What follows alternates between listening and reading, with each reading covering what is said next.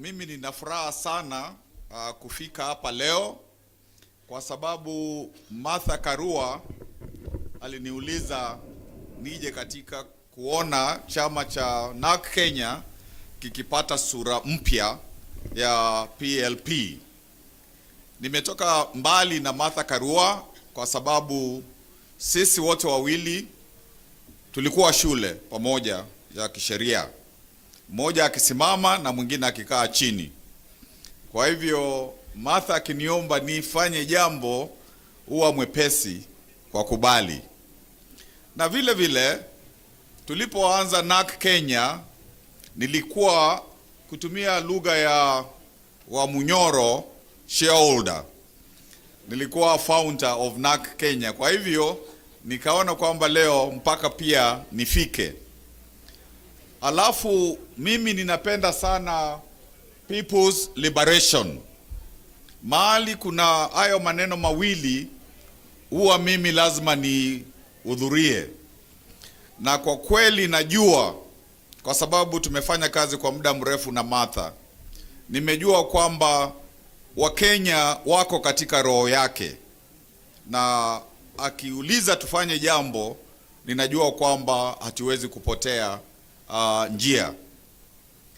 Hapa nimeona viongozi wengi na wana talents nyingi, na nimeona kwamba kuna nia ya kuleta hizo talents pamoja. Na kwa kweli tulipoona Gen Z wakisimama ndio wakomboe Kenya, they sacrificed their lives for a purpose. So even our viongozi wako hapa na kuna wengine hawako hapa, ninajua kwamba if the young people could sacrifice their lives for Kenya, each one of you and maybe others who are not here want to be presidents, you will do a small sacrifice of sacrificing your presidential ambitions so that the country can go forward. Kwa sababu hicho kiti cha president kinaweza kukaliwa na mtu mmoja, hakiwezi kukaliwa na watu wawili. And even when one person is the president 2027 going forward, what I think is needed in this country is group leadership, so that a president is just a person who is before, the others, lakini sio yeye kila kitu jinsi tumeona. Alafu nikimalizia nataka niseme huyu Kasongo ni mgumu, na he is good at last mile politics. Kwa hivyo huyu ni mtu wa kupangiwa vilivyo. Watu wakifikiri ni mteremko, ana mbinu nyingi. Kwa hivyo ndio tusiseme tunafurahi, hiyo sio enough.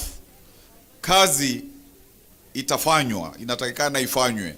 Na nimeona kwamba kuna new political capital of Kenya, mahali kunaitwa Wamunyoro, na ninaona kwamba tutaendelea kwa sababu ukiona watu kama akina Mukisa, mtu ameenda inji zote za ulimwengu, ana marafiki wengi huko, anaweza to get a door finished.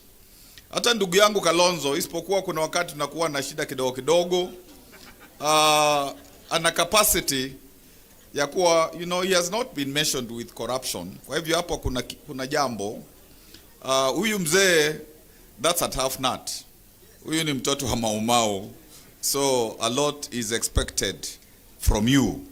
Na wote tunaweza kuendelea. Kwa hivyo ndio nisitumie wakati mwingi. What I really want to say is it must be a true people's liberation. Kwa sababu we don't want to replace Kasongo na Kasongo mwingine. Si ndio? We don't want to replace Kasongo na Kasongo mwingine. And the young people, we don't want them to be in party wings. We want them to be an integral part of our politics. Because you here are people to hand over power to these young people, these Gen Zs, so that tuna kizazi kipya. Kwa hivyo ninafurahi kwa sababu nimeona dalili kwa umbali ya muungano wa wazalendo, tuseme MUA. Asanteni. Asante sana His Excellency Kivutha Kibwana. Ningependa